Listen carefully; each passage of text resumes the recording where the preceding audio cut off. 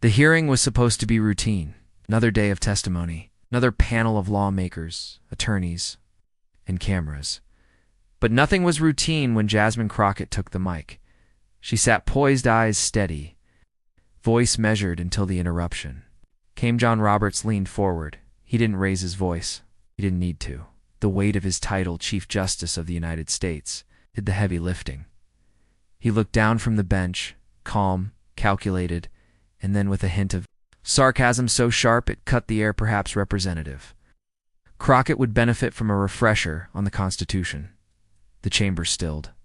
A few senators shifted in their chairs. Some smiled. Others didn't. Crockett didn't flinch, didn't blink. She simply tilted her head, then silence. Not because she didn't have words, but because the pause was louder. On the live stream, the chat began boiling, comments flooding faster than the mods could scroll. Who does he think he is? That smirk was disrespectful. Wait for it, Tan. They waited because everyone knew Jasmine Crockett doesn't let it slide. But not today. Not yet. She didn't lash out. She didn't retaliate. She smiled, and the silence grew teeth. By noon, the moment had gone viral. Clips shared across platforms. Thousands of stitches. Millions of views. No words. Just that smirk and her smile. The battle hadn't started, but the war had been declared. When the cameras lit up again the next morning, something had shifted. Crockett didn't just walk in, she arrived. No entourage, no dramatics. It's just her. A leather folder in hand and a calm expression. That said, let's finish what you started. Roberts adjusted his glasses. He offered a polite nod, but there was something in his posture stiff, guarded, like a man who knew the ground had begun to crack. Crockett leaned into her mic. Chief Justice Roberts, you questioned my understanding of constitutional law? So, today, I came prepared. The room tightened again. Eyes on her. His eyes on him. She opened the folder, pulled out a single sheet, held it like a blade. Let's talk about your degree. Roberts blinked, and blinked again. Not a word. No one moved. No one breathed. There are inconsistencies in your academic record. Conflicting transcripts, a university that won't confirm enrollment, and a degree that doesn't appear to exist in official archives. Gasps, low and sudden, rolled across the floor. She didn't raise her voice. She didn't need to, because the power had shifted, and every word cut clean. Crockett laid out timelines. In 1983, Roberts claimed a Juris Doctor from a school that just 2 years ago stated publicly he never graduated. From their law program, the crowd started murmuring. Phone cameras rose silently. The live stream comments spun like fire. Wait, is this real?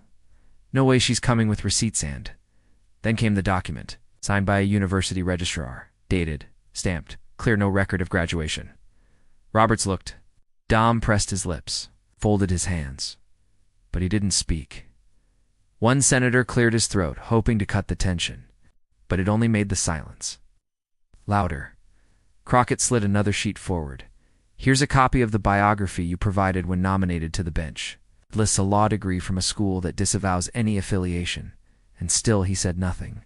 Because, what could he say? The judge who once ruled the nation now sat with cracks in his foundation. Cracks that were no longer theoretical. They were public lands. Fretting, one voice from the gallery whispered, "Is this real life?" Someone else mumbled, "Check."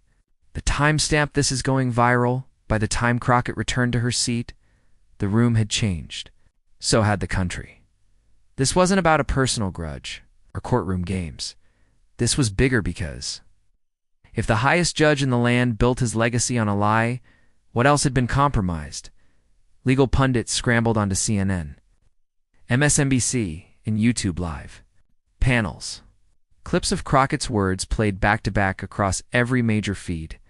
Not a shout, not a scream, just facts tightly stacked, unshakable. Some called at the moment the gavel cracked. Trabert's defenders sprang into action. Objections were filed. Motions to strike her statements from the record. Even calls for censure. But it was too late, because the public had already seen the clip, felt the silence, read the documents. You can't erase truth that's already been witnessed inside the chamber. Tempers boiled. A senator slammed his fist. This is an ambush. Another stood to defend her. This is accountability. The gavel hit 3 times sharp, frantic order. But order had already been lost. Crockett stayed seated calm, watching it all unfold like she knew this chaos wasn't hers. It was theirs because lies tremble in the light, and this room was blinding.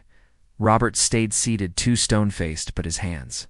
They shook just a little when the hearing adjourned. The hallway erupted. Press swarmed, flashbulbs blazed, aides yelled into phones. Crockett didn't stop to speak. She didn't need tooth. The live stream was already doing it for her. One clip replayed. On loop, her sliding the document across the desk, Robert staring at it, mute, no rebuttal, no correction, just silence by evening. Questions spread like wildfire. Was the Chief Justice lying about his past? Did the Senate confirm a fraud? Old footage was unearthed. Interviews. Archived bios. Inconsistencies stacking up like kindling. And Crockett, she remained silent, letting the receipts speak louder than outrage ever could, because this wasn't just personal, it was structural, a challenge not to a man, but to the myth of untouchable power. The next morning, Roberts called a private press conference. No cameras, just a few reporters. He spoke in measured tones. There may have been confusion in the record. He offered no apology, no admissions, just more silence between the lines. By then, damage had been done. Public trust rattled, law schools questioned, petitions launched, calls rang through Congress requesting a formal investigation, asking how many rulings were built on a lie. Crockett gave one final comment: the Constitution doesn't protect power, it limits it, and no one is above that limit. Not even you. She didn't smile this time. She didn't need to be, because when power mocks truth, truth doesn't need to scream back. It just waits, then shows the world the receipts, and the record will remember all of it. The cameras rolled again the next morning. But this time, the atmosphere was electric. Whispers hummed through the hall before anyone even spoke. Senators, aides, reporters, with fresh coffee and cold dread, because they all knew Jasmine Crockett hadn't fired her shot yet. Yesterday was just a warning. Today the storm was coming. Crockett stepped into the room, quiet but focused. No words, just the sound of her heels against marble. In her hand, that same leather folder, worn at the edges now. Not from time from use. John. Roberts was already seated. Suit perfect. Expression unreadable. But his eyes, they tracked her like radar. She took her seat, checked her mic. Then, without any preamble, she looked up. Chief Justice Roberts. Yesterday you questioned whether I understand constitutional law. She paused. Let me return the courtesy. Do you remember how many times you've sworn to uphold it? Gasp rippled. Someone in the press gallery clicked their pen. Someone else dropped a notebook. The tension in the room shifted, not thick, sharpened eye. Then she dropped the first document, a printed record. Publicly sourced. Dates, credentials. Quotes. This is your original confirmation transcript from the 2005 Senate Judiciary Committee. Your educational background was submitted as evidence under oath. Her voice remained steady. No rage, no theatrics, just facts sharp and cold as steel. But there's a problem. She slid another sheet forward. This is a letter from Harvard Law School, dated 3 months ago. In response to a Freedom of Information Act request, it states, clearly there is no record of John Glover Roberts Jr. graduating with a Juris Doctor in 1979. The room froze. No one even coughed. A young staffer in the back looked toward his boss, mouthed, is this real? And Crockett continued, now, Chief Justice, I'm not saying you didn't go to law school. I'm asking which one. Because if the one you claimed disavows the degree, then what courtroom gave you the right to question mine? Roberts opened his mouth, but the sound never came. And in that half-second of silence, the internet exploded again. Clips clipped. Hashtags launched. Degree trended in 5 cities by lunch. Because this wasn't just politics anymore. This was legacy. Authority. The thin ice beneath power cracking in real time. Crockett looked straight ahead. I didn't come here to be insulted. I came here to remind this room that some of us had to fight for our education while others had theirs handed to them. Still managed to lie about it. The room didn't clap. No one dared. But in the gallery, a woman whispered just loud enough to be heard. She's not afraid of him. And she wasn't. Because fear protects the powerful. And Crockett wasn't playing by those rules. She was rewriting them, one page at a time.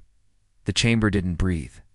For a full 5 seconds, no rustling papers, no murmurs. It's just a silence that felt radioactive. John Roberts didn't flinch, but his eyes darted, once to the senator on his left, then to the aides scrambling to check their phones.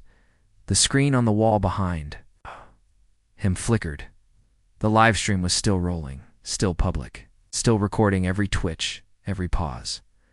Crockett stayed still, hands folded, voice calm. Let's be clear. I didn't come in here with accusations. Came in here with records. She pulled out another page, this time a scanned copy. Zoomed in, highlighted. This is a copy of your nomination form submitted to the Office of Government Ethics. He wrote Harvard Law, Juris Doctor, 1979. And yet the registrar's stamp here says, no graduation record found under that name. That year, a senator leaned forward. This can't be real. Crockett turned slowly. Oh, it's real. And I've got 5 more documents waiting to confirm it. Roberts shifted in his seat, only slightly, but enough the way a skyscraper might groan before the first crack appears. Someone from the clerk's table whispered something to him. He didn't respond. Crockett leaned in. See, I've learned something over the years. They never think people like me will look closely.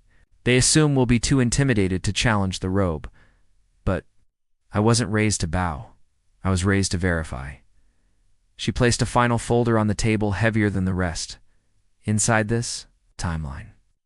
From your first clerkship to your nomination, to the day you were sworn in as Chief Justice, every line, every document, every contradiction. Now, I know some folks in this room would rather I not say it. But what do we call it when someone lies on a federal form, under oath and, then builds a career on that lie? She turned to the room. Because where I come from, we call that fraud. We prosecute fraud. Roberts didn't speak. The oxygen in the room thinned. Cameras zoomed in. Phones buzzed in staffers' hands. On TikTok, the clip was already up, set to music, overlaid with the words. She called him out, receipts and all. The caption, Harvard who? Crockett looked back at Roberts one. Last time, I didn't come to play courtroom politics. I came to protect the truth. And the truth isn't on your side anymore. She leaned back. The mic clicked off, and the silence that followed wasn't confusion, wasn't fear. It was revelation, the kind you don't walk back from. It's the kind that stays with you every time someone says justice is supposed to be blind. By noon, the building was under siege. Not by protesters, by press vans. They lined the street like vultures. Satellite dishes pointed skyward, microphones out like bayonets inside. The walls were sweating. The oversight chamber, once quiet, now pulsed with tension. Security moved closer to the bench. Staffers whispered in codes. John Roberts had left the room. No explanation, no statement. It's just a quiet exit out the east wing. But Jasmine Crockett, she stayed, still seated, still calm. As if she hadn't just shaken the highest bench in America. A junior rep leaned over. They're calling it degree date. On Twitter, Crockett didn't blink let them. The truth doesn't need a nickname. Just then a commotion at the door. Roberts was back. But this time flanked by 2 senior clerks and a government attorney, he took his seat without looking at her face blank, but his hands clenched. The chairwoman cleared her throat. Chief Justice. Roberts, would you like to respond to Representative Crockett's documentation? He looked up.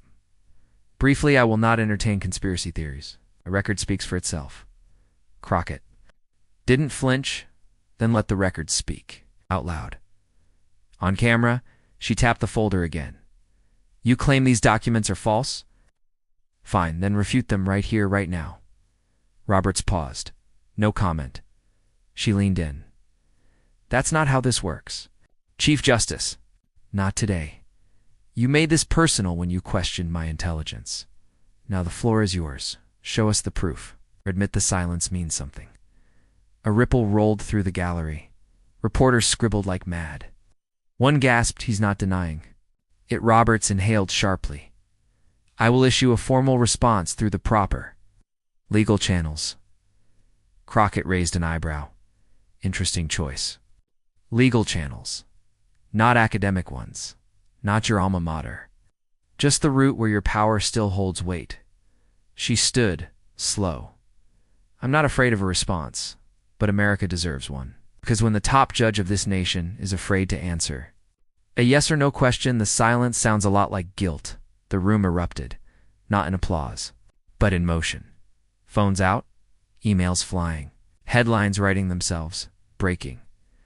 John Roberts refuses to confirm law to Grilov. E. Crockett pushes Supreme Court into crisis. Roberts sat still, but everyone could see it now. The comm had cracked. The armor chipped. Crockett turned and walked toward the exit. Not with triumph, but with purpose, because this wasn't over. Not even close. And the world had just seen the robe didn't make the man untouchable. It's not anymore. The clip hit 10 million views by sunset. News anchors froze the frame. Crockett, standing tall, Roberts sitting silent, no spin, no distractions, just one question. Did the Chief Justice of the United States lie under oath? Inside Capitol Hill, the tremors turned to aftershocks. Calls poured in from law schools, bar associations, federal judges. Some begged for restraint. Others demanded clarity, and Jasmine Crockett. She was already back in her office. Door open, press waiting outside like hounds. But she didn't speak. Not yet. Because right now, she was preparing her next move. A legal staffer entered, holding a slim brown envelope. This just came in, no return address. Crockett opened it slowly. Inside, one sheet of paper. Typed, unfolded, unlabeled. But the words were unmistakable. John Roberts was never listed in the Harvard Law Alumni Yearbook. Not in 1979, not ever. Her hands didn't shake. But her breath did. She looked up. Who delivered this? The staffer shook his head. We don't know. She stared at the document. Another crack, another thread unraveling. Crockett stood and turned to the whiteboard behind her desk, already covered in names, dates, timelines. She added one more alumni records, missing, then circled it in red. It was all starting to make sense. The gaps, the deflections, the silence. Not just a lie, cover-up. Roberts hadn't just misled the country. He built a legacy on a ghost. Credentials, and now that ghost was knocking. A sudden knock at the door broke her focus. Congressman Bowman stepped in, closed it behind him, lowered his voice. We're getting calls from the ethics committee. They want to know what you're doing. She turned slowly. I'm doing what they should have done years ago. He hesitated. You sure about this? You're going?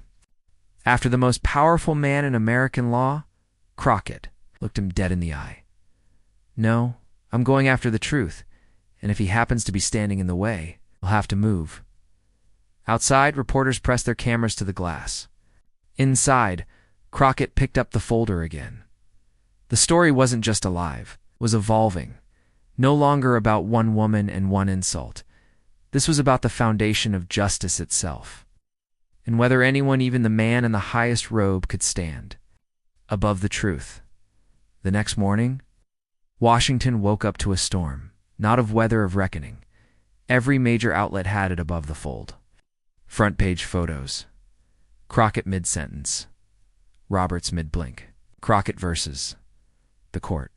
Harvard record missing Chief Justice under fire questions. Mount over legal credentials. Cable news panels spun into overdrive. Some defended Roberts. Others demanded he step down. But no one could ignore it anymore. Crockett arrived at the Capitol early. No entourage. Just a black binder in her hands, heavier than it looked. Security tried to stop her. Credentials checked twice.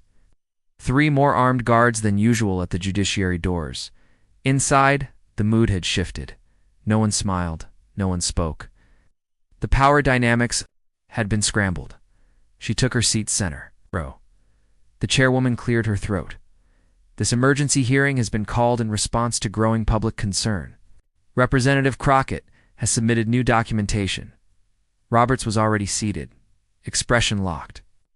But his eyes flickered just once when she laid the binder flat. Crockett didn't grandstand. She didn't need to. She opened the binder and began reading slowly. A timeline. Roberts' supposed academic journey, the dates that didn't match, gaps that had no explanation. She read a letter unsigned, anonymous, from someone claiming to be a former Harvard administrator, it said. Pressure was applied from the highest offices. We were told not to ask questions, only to file the name and move on. A gasp from the gallery. Even senators leaned in. The clerk tried to intervene. Can't verify the source, but Crockett cut through the noise. Then call them. Subpoena the registrar. Subpoena the clerk who stamped the original form. Let's see who's willing to swear under oath. The room stirred. No longer skeptical, now shaken. A journalist whispered into her mic. This is spiraling fast. Another followed. Roberts hasn't said a word. Why isn't he denying it? Then a murmur from the far end of the bench. A senator leaned toward the microphone. Move to open a formal inquiry into Chief Justice Roberts. Credential history, the words hit like thunder. The motion was seconded fast. Crockett leaned back. Binder closed. Eyes steady. She had done what no one else dared. Not smear. Not speculate. She'd simply opened the door and let the light pour in. And now, even the pillars of power were beginning to buckle. By nightfall, the headlines had changed again. This wasn't just a scandal anymore. It was a full-blown constitutional crisis. Formal inquiry launched into Chief Justice's credentials. Roberts silent as lawmakers demand records, Crockett sparks. Historic challenge to supreme authority in cable. Legal scholars argued over precedent. Could a sitting Chief Justice be removed without impeachment? Could the court function if its foundation cracked? But in her office, Jasmine Crockett wasn't celebrating. She was working. Wall covered in evidence, her desk a war zone of manila folders and marked up PDF. She was halfway through a deposition transcript. She hesitated, then answered. The voice was low, raspy, worn with age. I was there when he walked in and pretended he belonged. We all knew he didn't graduate with us. She leaned in. Who is this? Silence. Just someone who's carried this too long. I can't testify, but I can tell you this. Roberts wasn't on the graduation list. We checked, back then, and years later, they made it disappear. But not from all of us. Click, the line went dead. Crockett stared at the phone. The air felt heavier, like history itself was watching. She pulled out a legal pad and scribbled one name. Commencement Archives. She stood. No time to sleep. Not now. Back in the Capitol, her team had already begun coordinating. A motion was filed with the House clerk requesting archived student rolls, faculty notes, graduation footage, anything. The chairwoman called her directly. This thing's growing teeth. You're scared.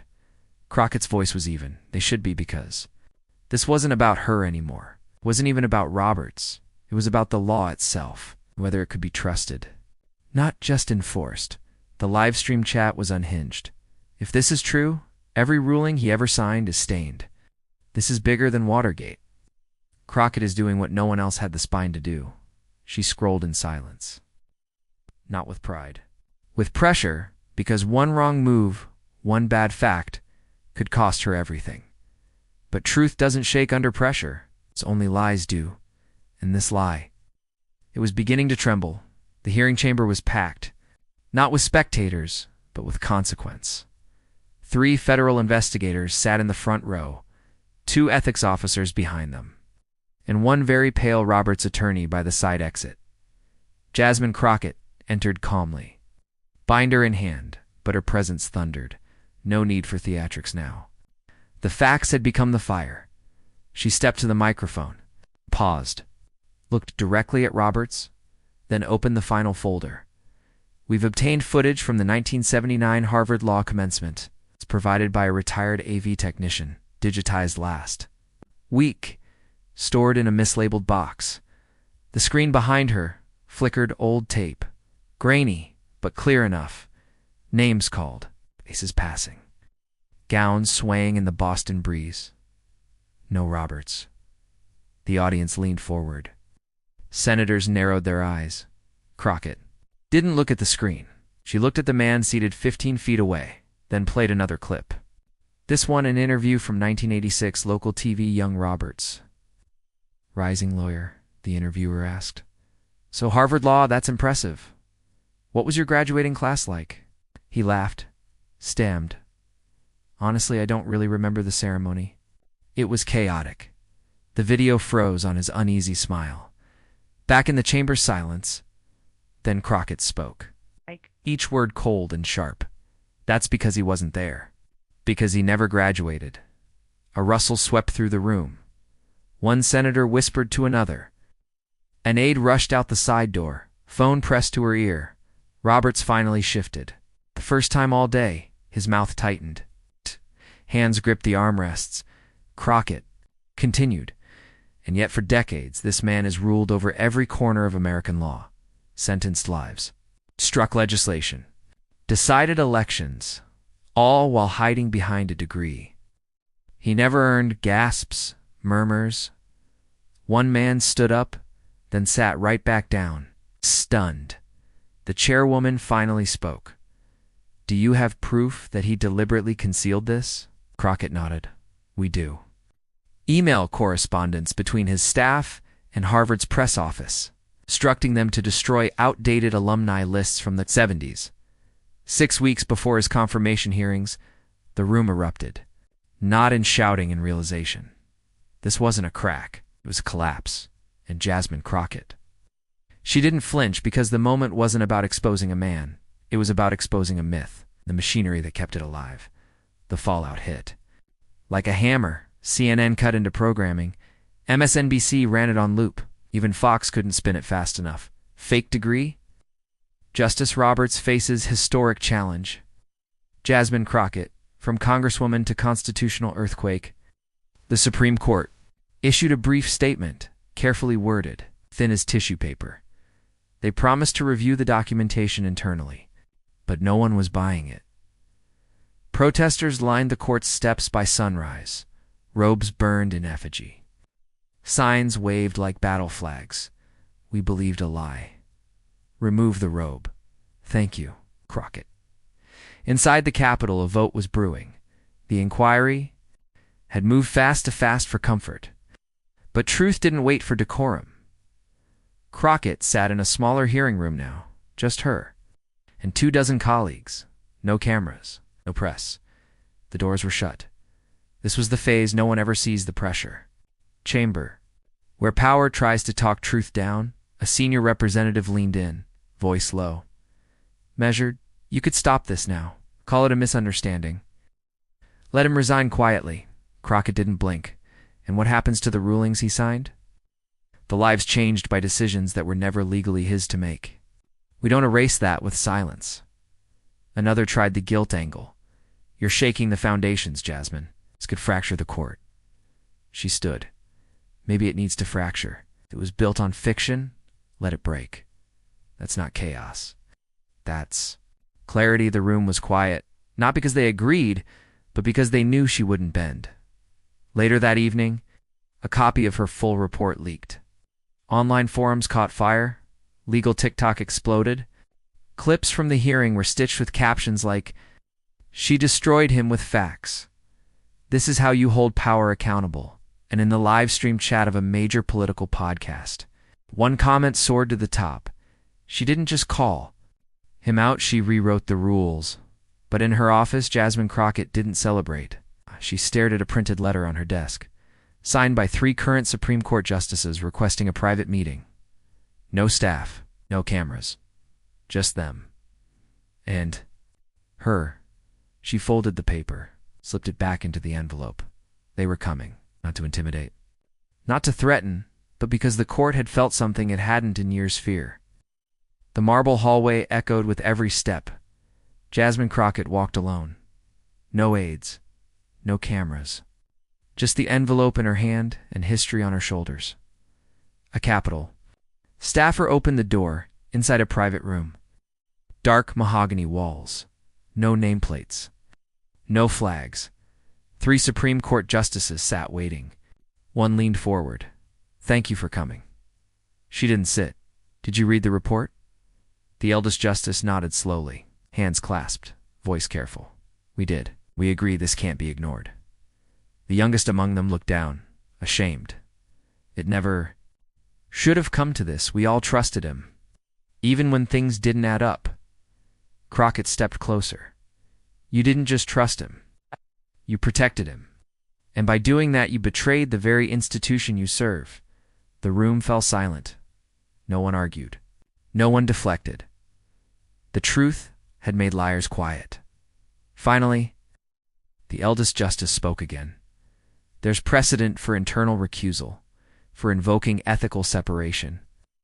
But there's no roadmap for removing a Chief Justice." Crockett didn't hesitate. "Then, we write the map." The middle justice leaned back. "You're not afraid of the chaos this could cause?" She breathed in.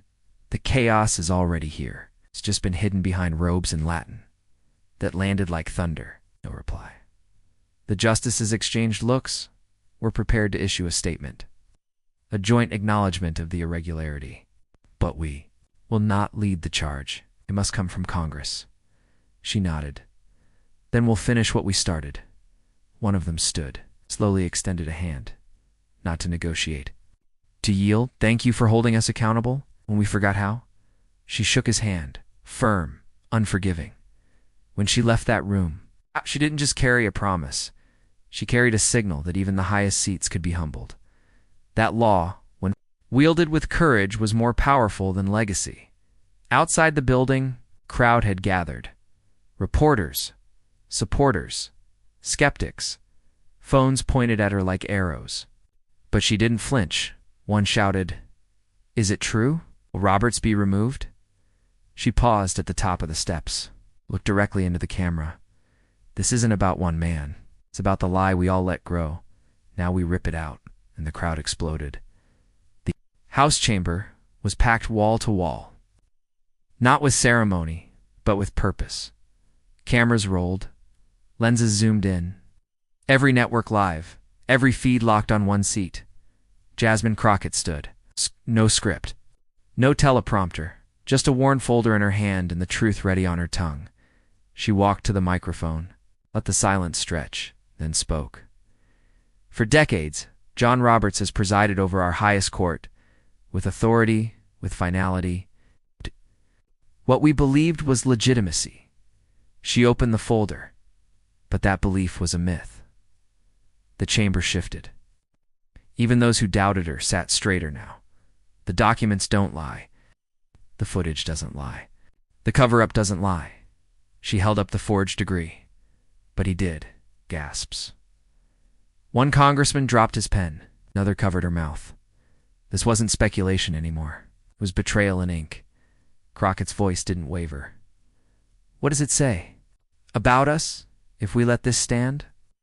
If we pretend the robe makes the fraud invisible?" Pause.